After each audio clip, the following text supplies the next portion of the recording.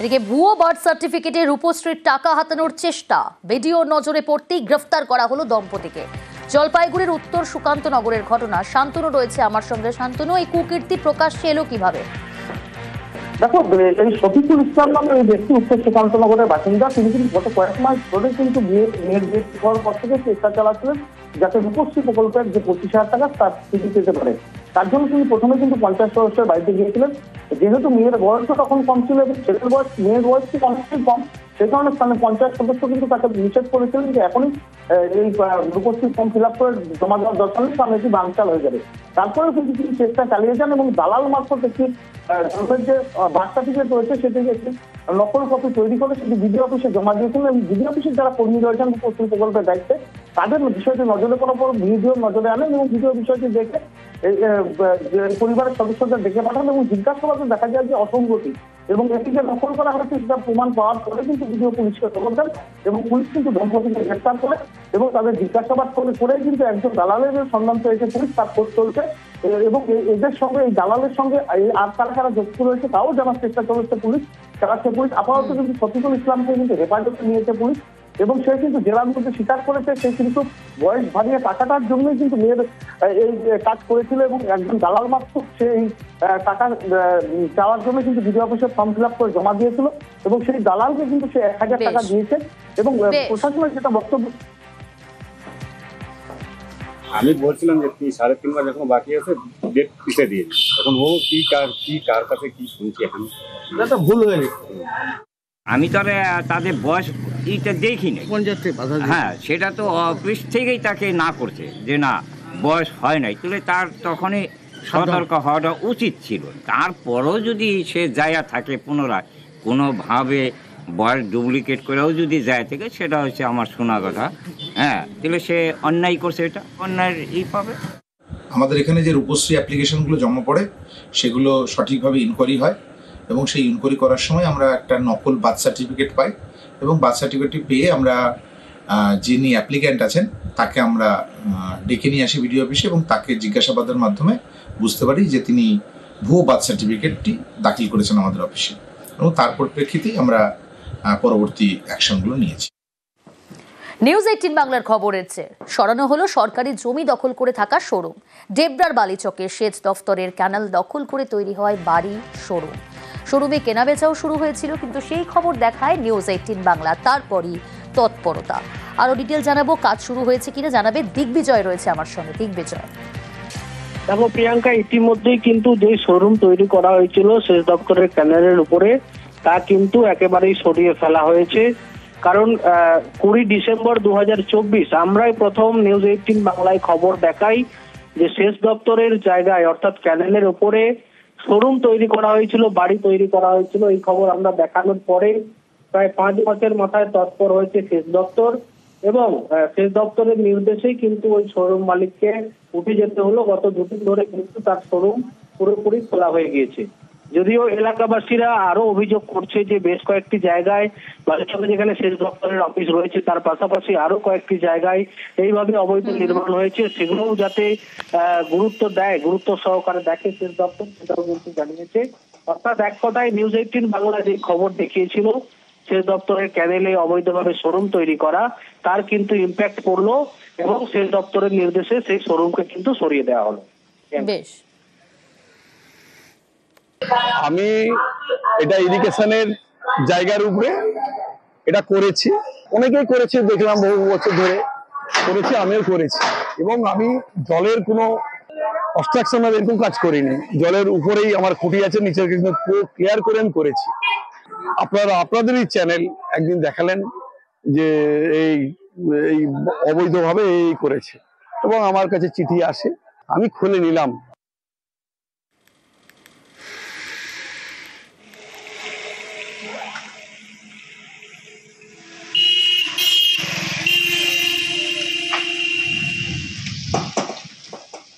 হাসনাবাদে ইছামতির পাড় দখল করে বেআইনি নির্মাণ, দোকান তৈরির ছক। চাঞ্চল্যকর অভিযোগ টাকি পুরসভার তৃণমূল কাউন্সিলরের বিরুদ্ধে। তিনি মানতে নারাজ। কাউন্সিলরের পাল্টা দাবি, তিনি বেআইনি নির্মাণ বন্ধ করতে গিয়েছিলেন।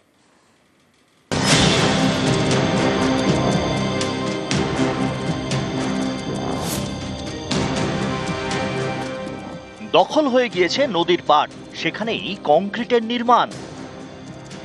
উত্তর 24 পরগনার হাসনাবাদে টাকি পুরসভা, এখান দিয়ে বয়ে গিয়েছে ইছামতি নদী। নদীর পাড়ে পুরনো খেয়াঘাট, এই খেয়াঘাট থেকে সুন্দরবনের বিভিন্ন জায়গায় নৌকা যাতায়াত করে। দুর্যোগের সময় জলপথে সুন্দরবনের প্রত্যন্ত এলাকায় ত্রাণ পৌঁছতে বড় ভরসা। এমন একটি খেয়াঘাটের পাশে নদীর পাড় দখল করে কংক্রিটের নির্মাণ, দোকান তৈরির ছক। অভিযোগ, টাকি পুরসভার তৃণমূল কাউন্সিলর মনোরঞ্জন পাত্র এই বেআইনি নির্মাণ করেছেন। শনিবার তিনি পুরনো খেয়াঘাটে যান, তখন স্থানীয়রা বিক্ষোভ দেখান, বন্ধ হয়ে যায় কাজ।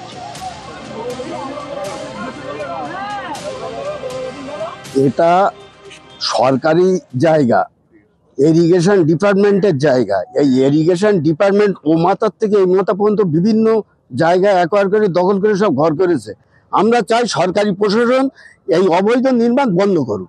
মনোরঞ্জন পাত্র 12 নম্বর ওয়ার্ডের কাউন্সিলর, ওনার মদতেই হচ্ছে, উনিই সবটা করিয়েছেন। উনি বাস স্ট্যান্ডে এমনি অবৈধ অনেক ব্যবসা করেন, সবাই জানে, ব্যবসাদাররা জানেন। এখানেও অবৈধ কাজ উনি করতে গিয়েছে। আমরা আসার পরে এটাকে বলেছি ইয়ে করবে, উনি আর এখানে আমাদের দেখে উনি চলে গেছেন, আর আসেননি। এখানে অনেক লোক সন্ধ্যাবেলার থেকে বসে সরে আসে, সেই জায়গাটা ওনারা মেরে দিচ্ছেন। 15 নম্বরের কাউন্সিলর ছিল, ওটা তারই ছিল অরবিন্দ। ওখানকার লোকজন যে বলছে যে আপনি ওই কাজ করাচ্ছেন বলে ওরা অভিযোগ করছে। ওটা তো আমার না, তো আমি কাজ করাবো কি করে? ওটা তো আমি কোনো জায়গাতে কিছু করিনি, ওটা তো কানেকশন করা ছিল, অরবিন্দ মন্ডলে করা ছিল। সেই কাজটা আবার হচ্ছিল, কাজ চলছিল, তার জন্য গিয়ে কাজটা আমরা বন্ধ করে দিয়ে এসছি আমি গিয়ে। ও, তাহলে আপনি কাজ করাতে যাননি? না না, কাজ করাতে যায়নি। হাসনাবাদ থেকে অনুপম সাহা, নিউজ 18 বাংলা। আর এবার নজর রাখি জলপাইগুড়ির দিকে। জলপাইগুড়ি থেকে আটলো জল প্রকল্পের জট। অনিচ্ছুক জমিদাতাদের সঙ্গে পুরসভার বৈঠক, আর তাতেই কাটলো জট। পাইপলাইন বসানোর কাজ ইতিমধ্যেই শুরু হয়েছে।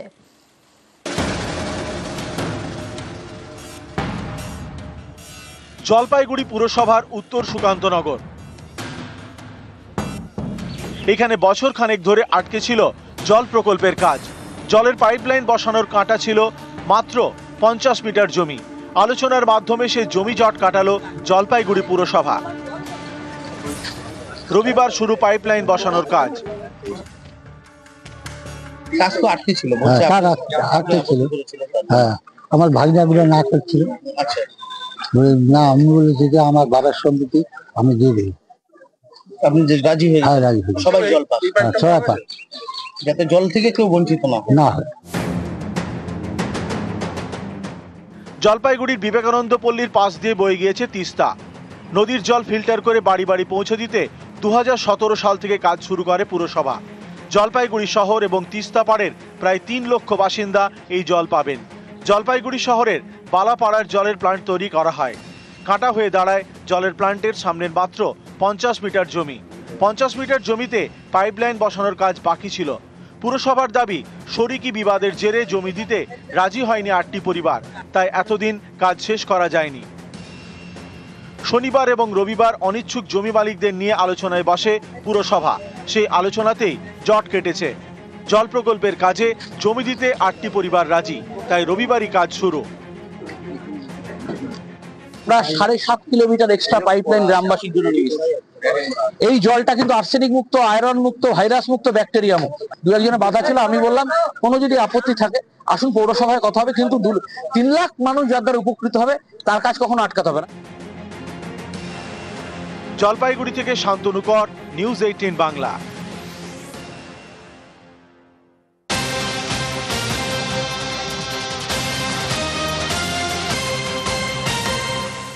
ঝালদা পুর এলাকায় মিটতে চলেছে জলের সমস্যা। সুবর্ণরেখা জল প্রকল্পের কাজ শুরু হচ্ছে। আগামী বছরের মধ্যেই জলের সমস্যা মিটবে। ঝালদা পুর এলাকায় মিটছে জলের সমস্যা। ইন্দ্রজিৎ রয়েছে আমার সঙ্গে। ইন্দ্রজিৎ, কবে থেকে কাজ শুরু হচ্ছে? এলাকাবাসীরা কতটা খুশি?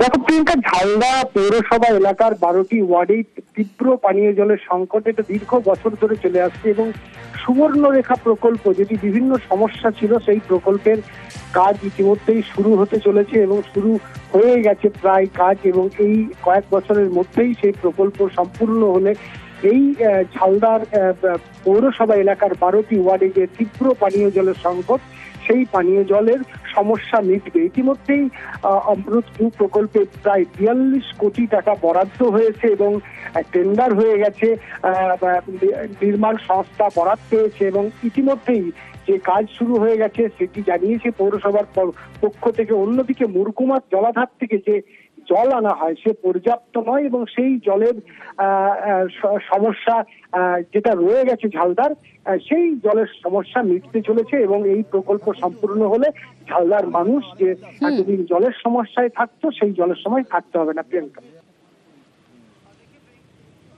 মানুষের একটা দীর্ঘদিনের চাহিদা যে জল সমস্যা যেভাবে ঝালদাতে আছে তাদের জল সমস্যা মেটানোর জন্য সুবর্ণরেখা প্রকল্পের মতন প্রকল্প যদি বাস্তবায়িত হয় তাহলেই ঝালদার জল সমস্যাটা মিটবে, যে হারে জলের এখানে অভাব আছে।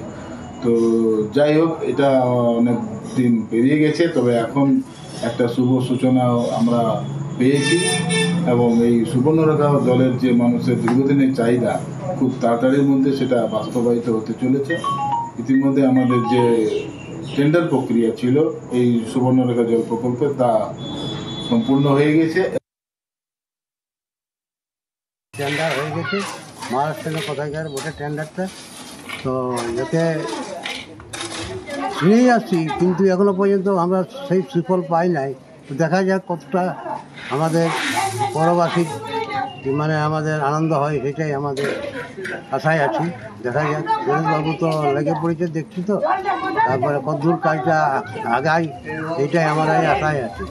জলকল্প আরম্ভ হয়েছে শুনছি, টেন্ডারও ধরাইছে, এবারে কতটা কাজ আগাবে হিসাবে যদি হয়ে যায় তো খুবই খুশি হব আমরা। জলের দাবিতে দাবাং মন্ত্রী, দিনহাটার দুর্গানগরে পাইপে জল নেই। জনসংযোগে উত্তরবঙ্গ উন্নয়ন মন্ত্রী উদয়ন গুহ, মন্ত্রীর কাছে পানীয় জল নিয়ে অভিযোগ এলাকাবাসী, আধিকারিককে ফোনে হুঁশিয়ারি দেন মন্ত্রী। এবার আপনার অফিসের সামনে ধর্ণা দেব। এই যে বামুনহাটে আমি ঘুরছি, দুর্গানগর, পাইপ বসে গেছে, জল আসে না, যেখানে জল আসে সেখানে ঘোলা জল আসে। এগুলো কি হচ্ছে বলুন? নিজে এসে দেখুন, না হলে লোক পাঠান, আর যেখানে যেখানে পাইপ বসেছে কত তাড়াতাড়ি জলটা দেওয়া যায় তার বন্দোবস্ত করবো। নাহলে একদম মুখ্যমন্ত্রীর সামনে আপনার মন্ত্রীকে ধরবো, তখন হইচই পড়ে যাবে ওটা নিয়ে। হ্যাঁ, ওইটা আপনি করে দিন তাড়াতাড়ি। জনসংযোগে বেরিয়ে উত্তরবঙ্গ উন্নয়ন মন্ত্রীর কাছে অভিযোগ জানান স্থানীয় বাসিন্দারা, তারপরই ফোনে হুমকি হুঁশিয়ারি দিলেন মন্ত্রী। পানীয় জলের তো লাইন বসেছে, এখন যে কোনো কারণেই হয়তো পাম্পের থেকে যে জলটা বেরিয়ে আসবে সেটা করতে পারেনি বা করতে মানে এখন পর্যন্ত হয়নি। আমি আজকে এক্সিকিউটিভ ইঞ্জিনিয়ারের সাথে এখান থেকেই ফোনে কথা বললাম, ওরা কাল আসবে, দেখে নেবে, জলটা দ্রুত সমস্যাটা মিটে যাবে। আসি পরের খবরে। ভারতে প্রথম বিধবা বিবাহ উত্তর কলকাতার কৈলাসপুর স্ট্রিটের বাড়িতে। ঐতিহাসিক এই বাড়িকে হেরিটেজ হিসেবেই ঘোষণা করতে চায় কলকাতা পুরসভা। সেই মতোই প্রস্তাব গিয়েছে হেরিটেজ কনজারভেশন কমিটিতে।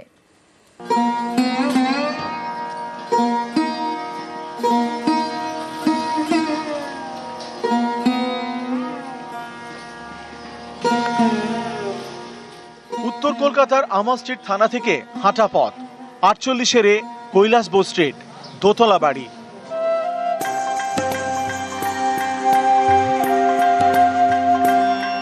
এই বাড়িতেই দেশের প্রথম বিধবা বিবাহ দিয়েছিলেন Ishwarchandra Vidyasagar.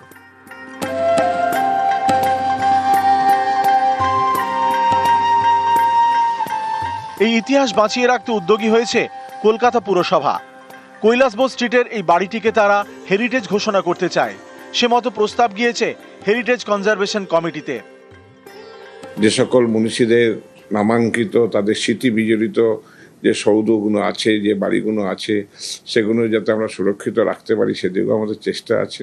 And heritage grade 1, grade 2, grade 2 আর 3 বিভিন্ন ভাগ আছে এবং এগুলো নির্দিষ্ট করেন একটা কমিটি আছে, সেই কমিটির কাছে আমরা সেটা পাঠাবার জন্য সিদ্ধান্ত নিয়েছি।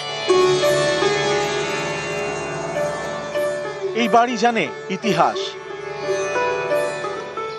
সালটা 1856, সে বছর বিধবা বিবাহ আইন চালু হয়। ঈশ্বরচন্দ্র বিদ্যাসাগরের অক্লান্ত প্রচেষ্টায় তৈরি হয় এই আইন। বিধবা বিবাহকে পূর্ণ সমর্থন করেছিলেন রাজা রামমোহন রায়ও। হুগলির বাসিন্দা কালীমতী দেবী বিধবা হয়েছিলেন 6 বছর বয়সে, তাঁরই বিয়ে দেন ঈশ্বরচন্দ্র বিদ্যাসাগর। ভারতে প্রথম বিধবা বিবাহ। কালীমতী দেবী এবং শ্রীশচন্দ্র বিদ্যারত্নের বিয়ে হয় কৈলাসবোস স্ট্রিটের এই বাড়িতে। এ বাড়ির মালিক ছিলেন রাজকৃষ্ণ বন্দ্যোপাধ্যায়। এখন এই বাড়িতে কেউ থাকে না। কুসংস্কারে আচ্ছন্ন সমাজের মধ্যে প্রাণ পুরুষ হিসেবে আবির্ভূত হলেন দুজন রাজা রামমোহন রায় এবং বিদ্যাসাগর। বিদ্যাসাগর নিজে বলেছিলেন যে আমার জীবনের একটি প্রধান সৎকর্ম হলো বিধবা বিবাহ প্রবর্তন। ঐতিহাসিক ঘটনা বলা যেতে পারে। এইটা কলকাতা কর্পোরেশন হেরিটেজ আখ্যায়িত করেছেন এবং এটা সংরক্ষণের জন্য করেছেন। এটা সাধুবাদ জানাই। এটা তো আমাদের খুবই গর্বের বিষয়। এটা হেরিটেজ করলে তো সাধারণ বাঙালিতে ইতিহাস সম্বন্ধে সকলে জানতে পারবে। এই